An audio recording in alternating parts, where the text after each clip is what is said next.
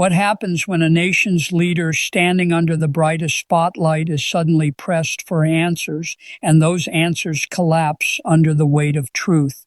That's exactly what unfolded when Senator John Kennedy confronted Vice President Kamala Harris in a hearing that has now exploded across the country.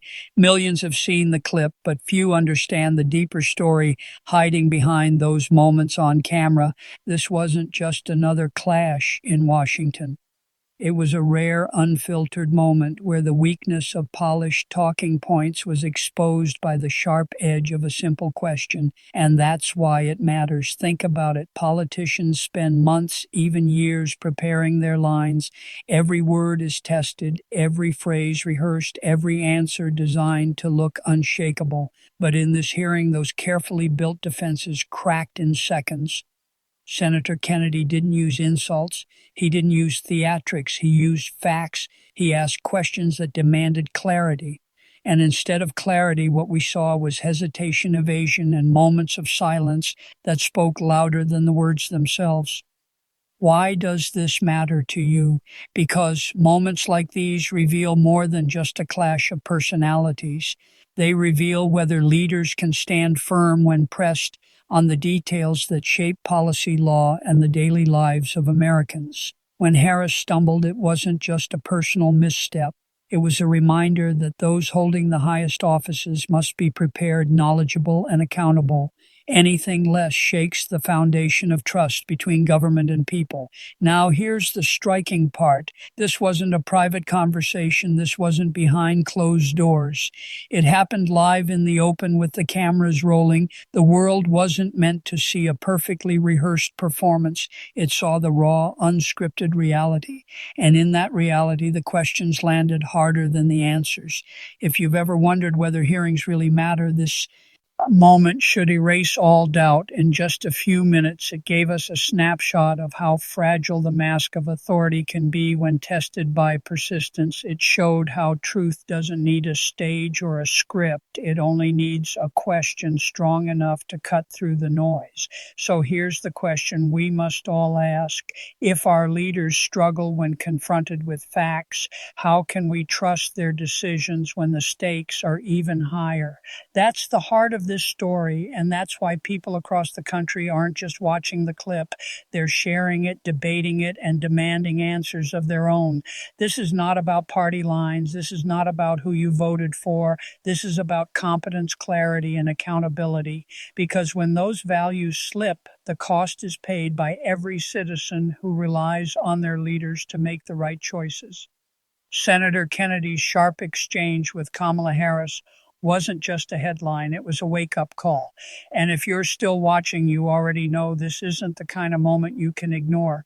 It forces us to look deeper, to ask harder questions, and to hold leaders to the standard they promised to uphold. This is only the beginning of the story.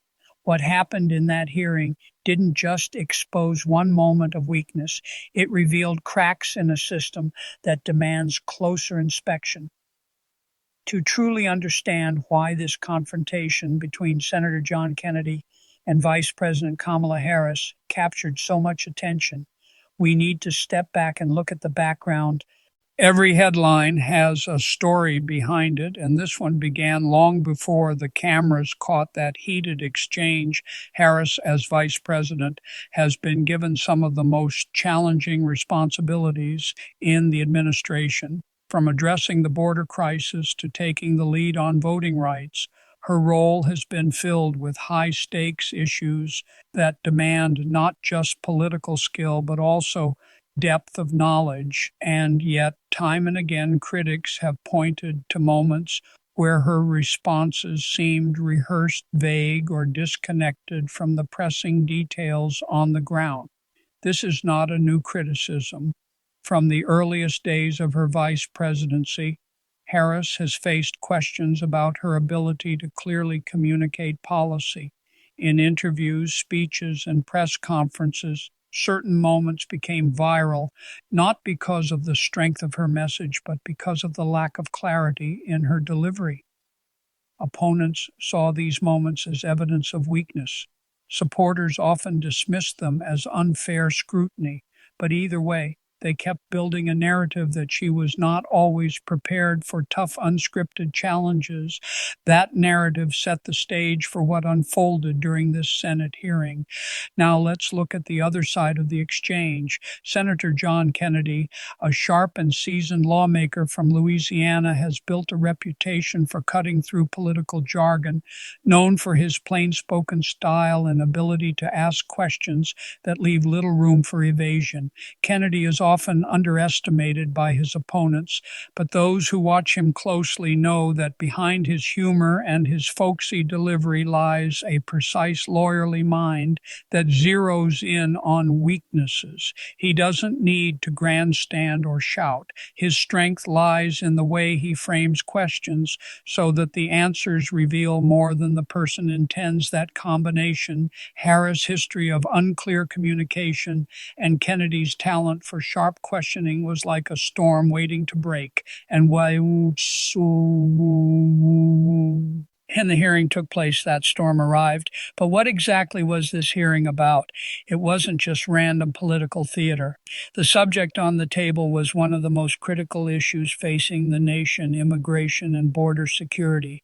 For months, the administration had been under pressure to respond to record levels of illegal crossings, humanitarian concerns, and security challenges at the southern border. Harris had been tasked with addressing the root causes of migration, a role that placed her directly in the line of fire for questions about what progress had been made and how policy decisions were being handled. This was the context in which Kennedy pressed Harris. He wanted direct answers about measurable results, concrete actions, and the specifics of policies that impacted millions of people. But instead of firm, clear responses, the exchange revealed hesitation and vague statements. For the public watching, it was a striking contrast. One side asking with precision, the other side struggling to anchor the response in facts. And this is where the significance grows. In American politics, perception often carries as much weight as policy itself. A single moment captured on camera can shape the way the public views a leader for years. Harris supporters may argue that no single hearing defines her record, but her critics saw this as confirmation of long-standing doubts. And because this moment was so widely shared, it has already left an impression that may prove difficult to erase. It's also important to understand the stakes for Harris personally. As vice president, every appearance, every statement, and every answer feeds into broader questions about her future. Will she be the face of the party in coming years? Is she seen as capable of leading at the highest level? Performances in high-pressure settings like this one don't just affect immediate headlines. They echo into discussions about credibility, electability, and leadership. Now layer on the national stakes. The border crisis has been one of the most pressing challenges in recent years, affecting communities, law enforcement, humanitarian groups, and families across the country. When leaders speak about this issue, people aren't just listening as passive observers, they're listening as citizens whose lives are directly impacted. That's why the cracks in Harris' responses resonated so strongly.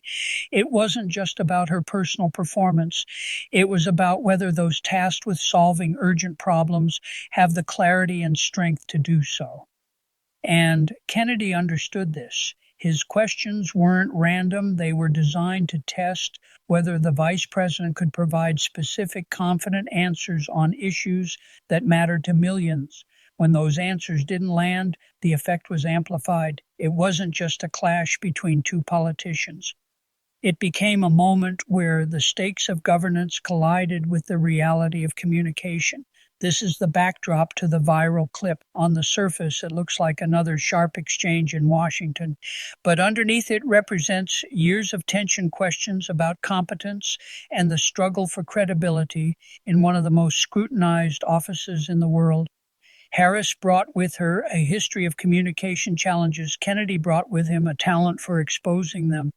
Together, their paths collided in a way that left the public with a moment they couldn't stop watching, and this is where the story takes a sharper turn because what happened in that hearing didn't just end in the room. It sparked waves of reaction on news networks, across social media, and in conversations happening far beyond Washington. Each replay of the clip deepened the impression. Each debate about the exchange reinforced the questions. And as the dust settled, one thing was clear. The confrontation had become more than a political skirmish. It had become a defining moment in the narrative of Kamala Harris' vice presidency. As we move into the next section, we'll break down exactly how the scandal broke into the public eye, why it spread so quickly, and what made it so explosive. Because once the clip left the hearing room and entered the world of public debate, the story only grew larger. The moment the exchange between Senator John Kennedy and Vice President Kamala Harris took place, it was clear that this wasn't just another hearing in Washington. Even before the full clip circulated online, those present in the chamber sensed the weight of what had just happened. The air was tense, the atmosphere charged, and the contrast between the senator's calm precision and the vice president's uneasy responses left an impression that no one could ignore. This was the beginning of a political storm. As the cameras rolled, Kennedy asked questions that cut straight to the heart of the issue. What measurable progress had been made in addressing the border crisis, and what specific policies were delivering results? These were not complicated or trick questions. They were direct, pointed, and designed to elicit clarity, yet people were not just reacting to what happened in that hearing room, they were connecting it to previous moments where Harris communication had been criticized, from interviews to speeches. Each new clip felt like part of a larger pattern, and that pattern was hard to ignore.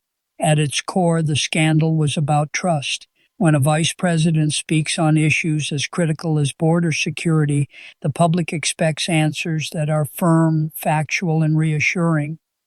When those answers fall short, it raises questions not just about the individual, but about the administration as a whole. Are they in control of the situation? Do they have a clear plan? Are they capable of delivering results? These are the questions that lingered after the hearing, and they gave the moment a weight that went beyond politics as usual. This was not the first time a high-profile exchange had sparked a firestorm in Washington, and it won't be the last. But the Kennedy-Harris clash stood out because of the clarity of the roles, the intensity of the issue at hand, and the speed with which the public seized on it. It was a reminder of how quickly the ground can shift in the digital age, where a single moment can define perception for weeks, months, or even years. And so the scandal broke wide open. What began as a series of questions in a Senate hearing became a viral clip, a political talking point, and a symbol of larger struggles facing the administration. For Harris, the challenge was not just to move past the moment, but to find a way to rebuild confidence in her ability to lead. For Kennedy, it was another opportunity to showcase his skill at holding leaders accountable. For the public, it was a moment that crystallized broader concerns and set the stage for an even deeper examination of how the system operates. And that is exactly where we turn next, because as the scandal grew, so did the evidence, and the revelations that followed made the story far bigger than a single exchange. What started as a clash between two political figures soon expanded into a broader investigation of systemic failures, raising questions that no single hearing could answer. As the dust from that heated exchange began to settle, the focus shifted from the moment itself to the facts behind it. Viewers who had been struck by Senator Kennedy's sharp questioning now wanted to know more. Was there real evidence to support his claims, and did the vice president's vague answers point to deeper problems? The answer came quickly as layers of information began to surface that only intensified the debate. The first layer of evidence centered on data, hard numbers that were difficult to ignore. Reports revealed that illegal border crossings had surged to some of the highest levels in decades, with more than 2 million encounters recorded in a single year. These were not abstract figures. They represented real strain on border communities, law enforcement, and resources across multiple states. When Kennedy pressed Harris for specifics, it wasn't just a rhetorical strategy. It reflected the urgency of the situation on the ground. The public quickly connected the dots, realizing that the senator's questions aligned with documented concerns that had been raised for months. From there, the evidence escalated into documents and testimonies.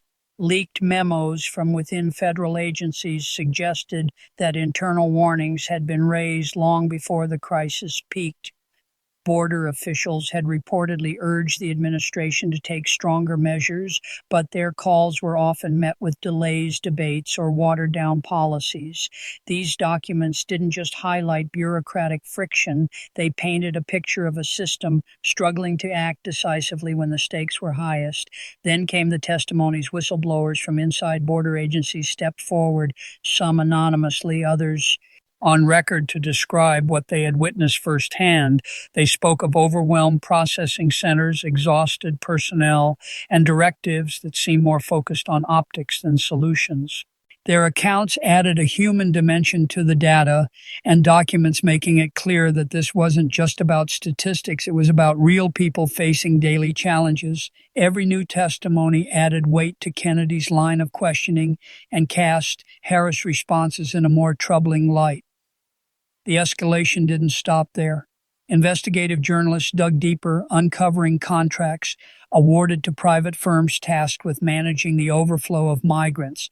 Questions arose about how these contracts were handled, who benefited financially, and whether the solutions they provided were sustainable. In some cases, the evidence suggested that millions of taxpayer dollars were being funneled into short-term fixes that did little to address the underlying problems. This financial dimension added another layer to the scandal, raising questions about accountability and transparency.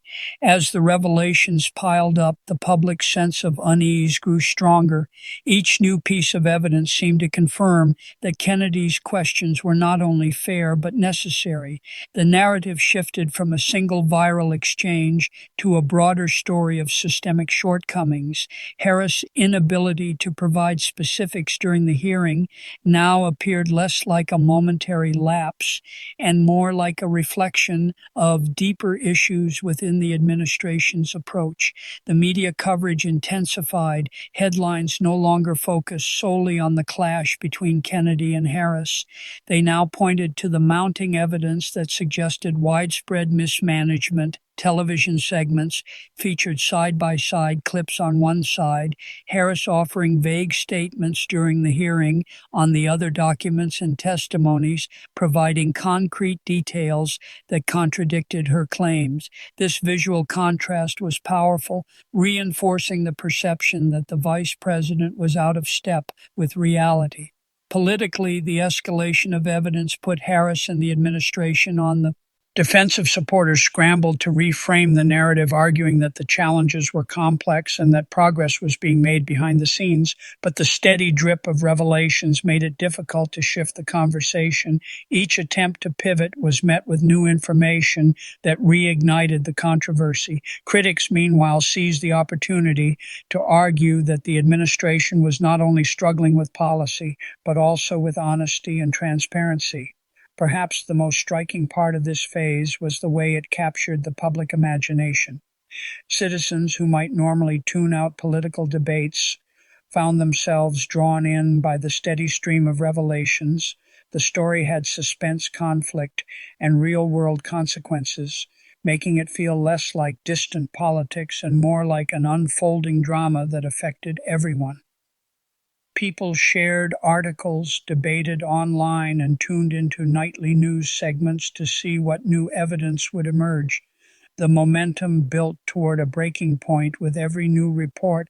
The pressure mounted for Harris and the administration to deliver clear, credible answers. Yet the responses often sounded familiar: broad commitments, promises of future progress, and reassurances that rang hollow against the backdrop of mounting evidence.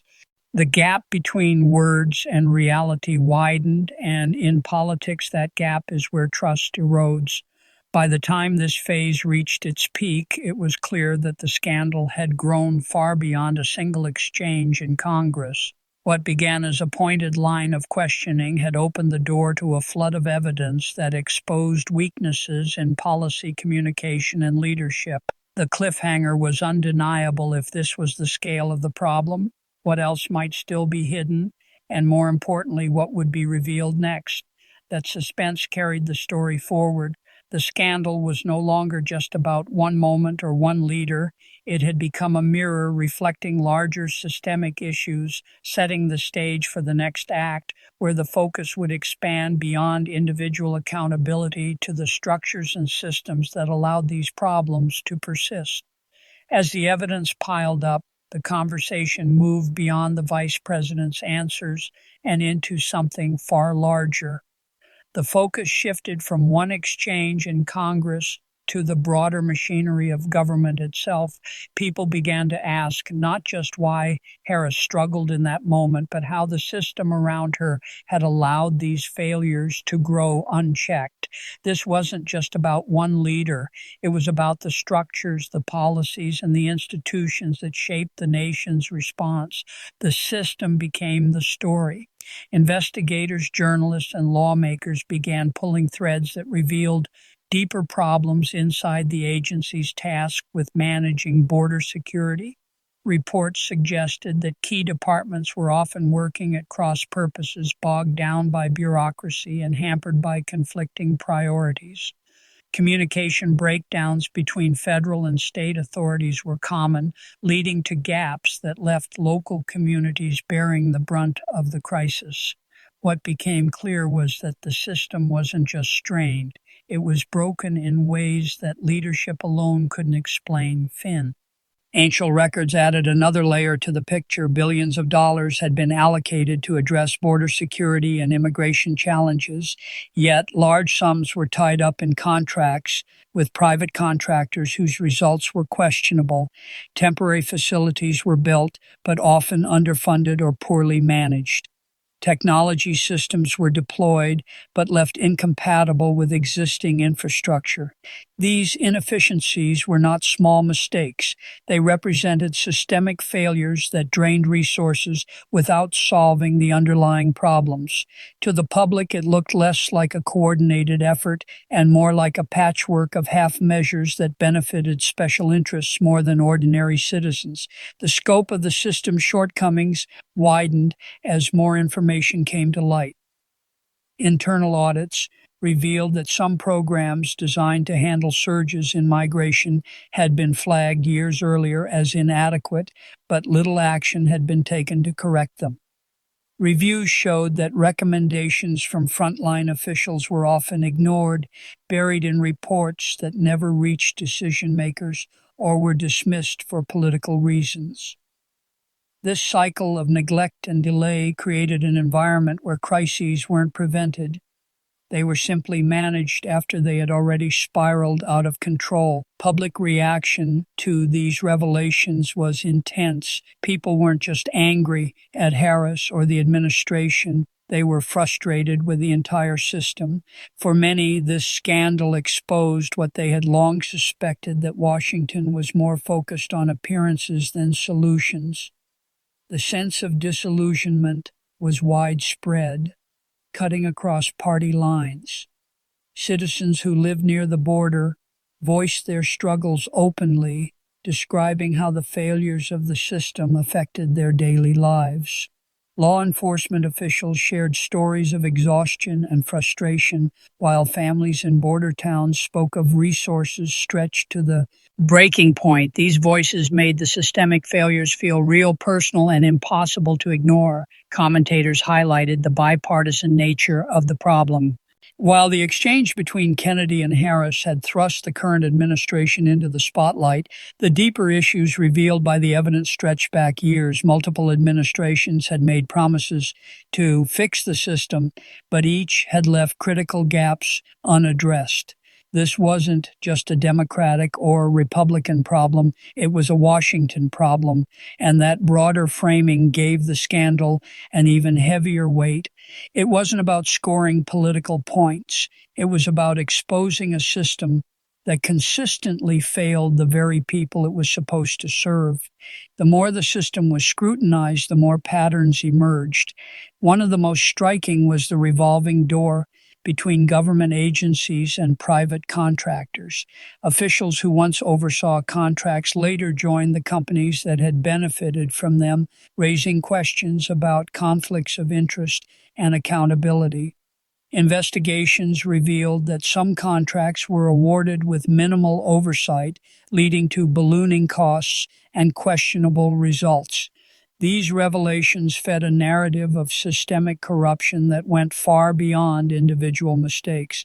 Media outlets began connecting the dots for viewers, showing how failures in communication, accountability, and oversight weren't isolated incidents, they were symptoms of a larger problem. Nightly news programs ran detailed breakdowns, while investigative reports published timelines illustrating how repeated warnings had been ignored. The effect was cumulative. Each new detail didn't just add to the scandal, it magnified the perception that the system itself was rotten. This was the turning point in public perception. What began as a clash between two individuals had become a referendum on how government functions. Harris' answers in that moment now symbolize something larger, the inability of leaders to cut through the dysfunction and deliver results.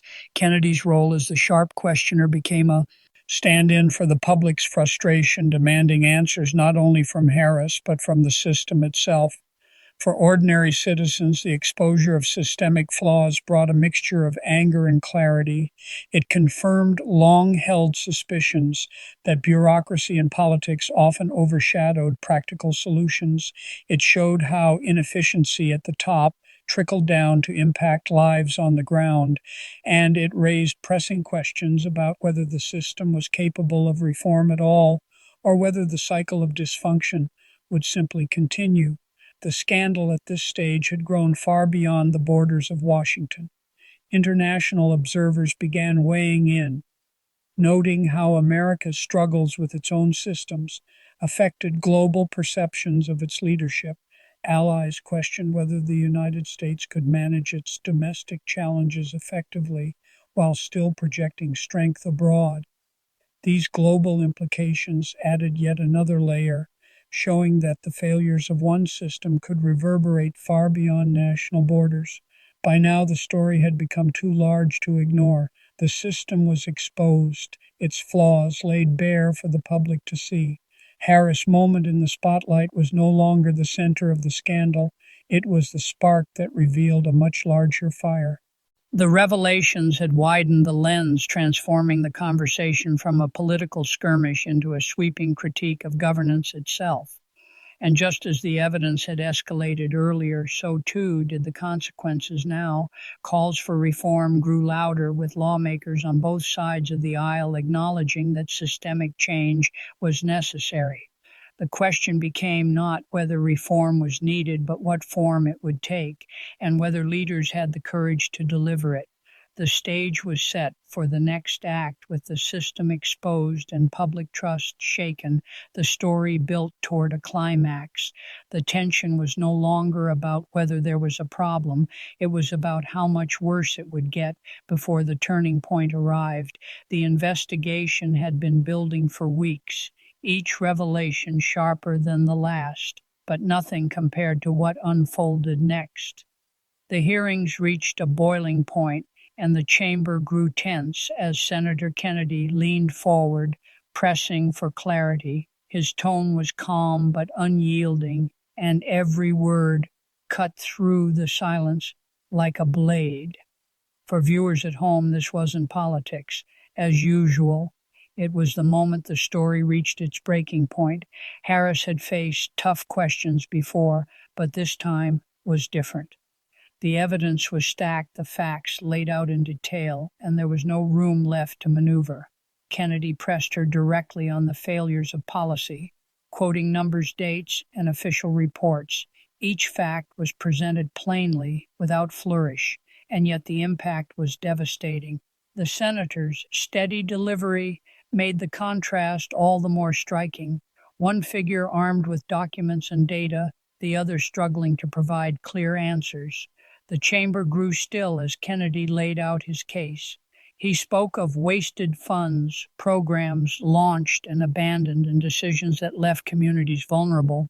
He held up reports that documented years of warnings ignored, showing how the system had failed Ashul long before the current crisis. His words carried weight because they weren't just opinion, they were drawn directly from the record.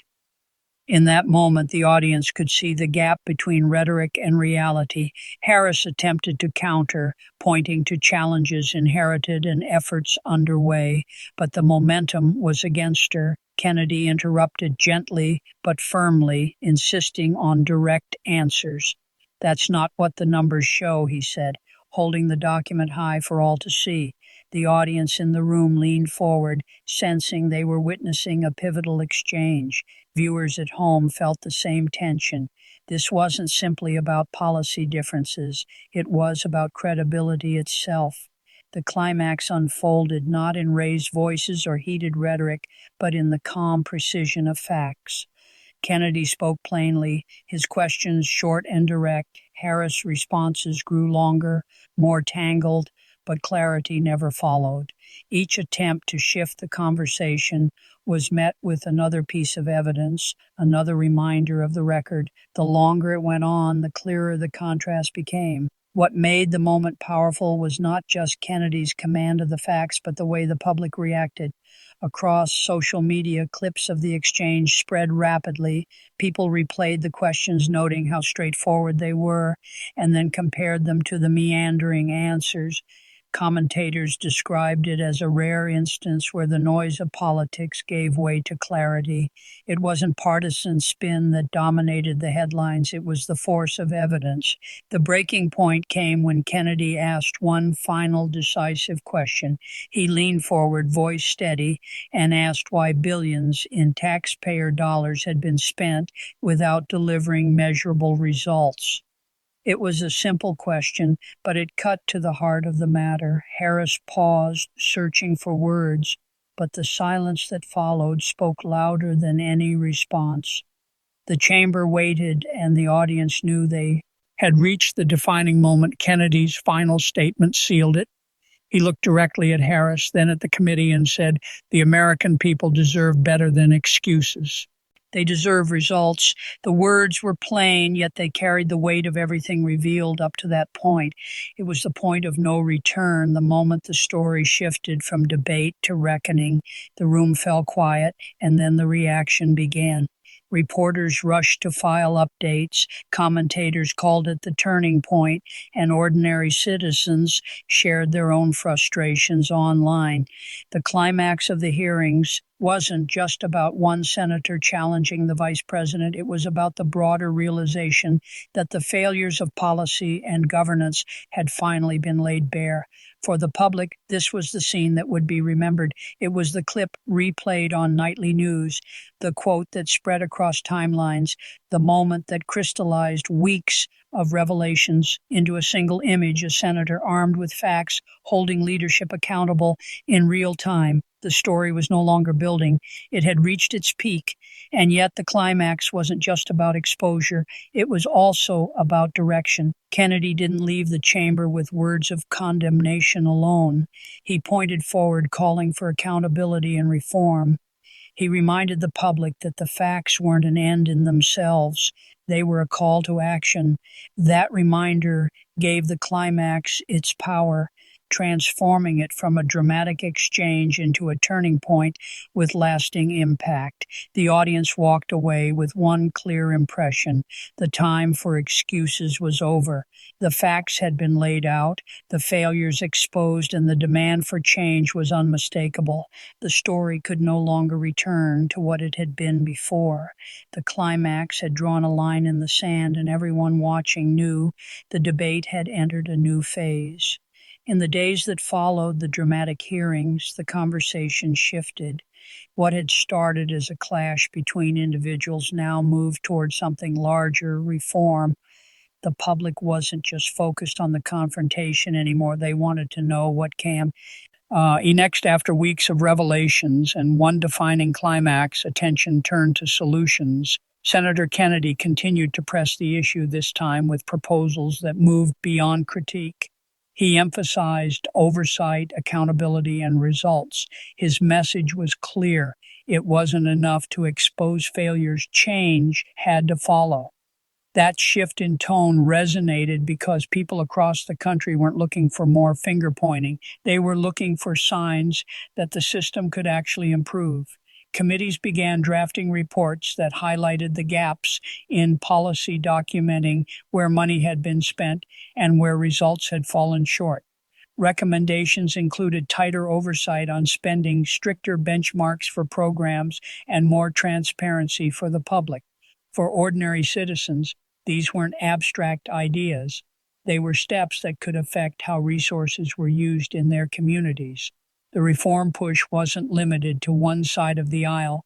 Even lawmakers who disagreed during the hearings acknowledged that change was needed, that bipartisan acknowledgement gave the movement more credibility. People were tired of seeing politics as a game of blame. The sight of different voices coming together, even reluctantly, added weight to the possibility of real reform. Media coverage reflected the shift. Headlines moved from highlighting the clash to outlining the next steps. Analysts explained how oversight could prevent future waste, how transparency could rebuild trust, and how measurable outcomes could show citizens that promises weren't just words. It was a change in focus, and it carried hope along with it. For Harris, the aftermath was difficult. While she attempted to reframe the exchange and defend her record, the momentum had shifted. The hearing had left an impression that couldn't be erased, and the call for reform carried a bipartisan force. It was no longer about a single moment. It was about the larger demand for accountability. Citizens began engaging more directly, writing to representatives, joining forums, and pushing for clarity on where their tax dollars were going. For many, the hearings were the first time they felt truly connected to the process because the issues weren't buried in technical jargon. They were spelled out in clear terms: money spent, results missing, change required. The reforms under discussion also touched on broader themes. Beyond just one program or one set of policies, lawmakers began asking harder questions. How do we measure effectiveness? How do we ensure leadership is accountable? And how do we make sure government serves the people first? Those were questions with wide implications, and they struck a chord with audiences who had long felt disconnected from politics. The sense of empowerment was key. What had begun as frustration during the hearings transformed into something constructive. Outrage was giving way to demand, and demand was shaping into action. That progression kept the story alive because it wasn't only about what had gone wrong, it was about how things could finally change for the better. Kennedy himself underscored this transition in follow-up interviews. He reminded the public that accountability isn't partisan, it's about responsibility. He argued that reforms weren't about weakening one office holder, they were about strengthening the entire system. That framing helped move the conversation from personal conflict to institutional improvement. The resolution stage mattered because it showed that the climax hadn't been wasted. It proved that moments of high drama could lead to meaningful outcomes, not just headlines. For the audience, it offered a sense of closure, but also a sense of progress. And progress in this case meant a stronger demand for transparency, a louder call for accountability, and the beginnings of reform that stretched beyond a single incident. By the time the committees finalized their reports and began voting on proposals, the message was clear: what happened in that chamber had changed the trajectory. Leaders could no longer dismiss concerns with vague answers. Citizens had seen what clear fact-based questioning looked like, and they wanted more of it. The expectation for accountability had grown, and that expectation became the real resolution. The hearings had started with conflict, escalated with evidence, peaked in confrontation. and now in this resolution transformed into reform. It wasn't the end of the story. It was the beginning of a new chapter where citizens and lawmakers alike demanded more than rhetoric, they demanded results. The hearings and their aftermath left a powerful message beyond the drama, beyond the headlines. There were lessons that mattered for every citizen watching. The first lesson is about accountability. Leaders, no matter how high their position, cannot escape scrutiny. When pressed with facts, vague answers fall apart. That moment when questions cut through rehearsed lines reminded the public that accountability is not optional, it is essential. The second lesson is about clarity. Complex issues don't need to be buried in jargon. When leaders speak plainly, citizens understand, and when they don't, the gaps become obvious. This exchange showed how clear, simple questions can expose deeper truths and why transparency matters for a functioning democracy. The third lesson is about action. Outrage by itself doesn't create change. Reform comes when public pressure meets political will. What began as frustration turned into demand, and demand sparked movement toward reform. That shift proved that the public's role doesn't end with watching a clip or reading a headline. It begins there. Together, these lessons shape a story that's bigger than one moment. They speak to the larger responsibility of leadership and the shared role of citizens. What happened in that chamber wasn't just a clash of personalities. It was a reminder that truth still has power, and that when questions are asked with persistence and facts, they can cut through noise and distraction. As we close this chapter, the call to action is clear. Stay engaged. Don't settle for vague promises or easy slogans. Demand clarity, demand accountability, and demand results, because government at its best is meant to serve the people, not itself. And remember this: the strength of a democracy is measured not by the power of its leaders, but by the vigilance of its citizens. That vigilance is now in your hands. The moment may have ended, but the responsibility continues. Stay with me, because in the next part we'll uncover the background, the buildup, and the stakes that made this confrontation so explosive. By the end, you'll see why this moment may be remembered not as just another headline, but as a turning point.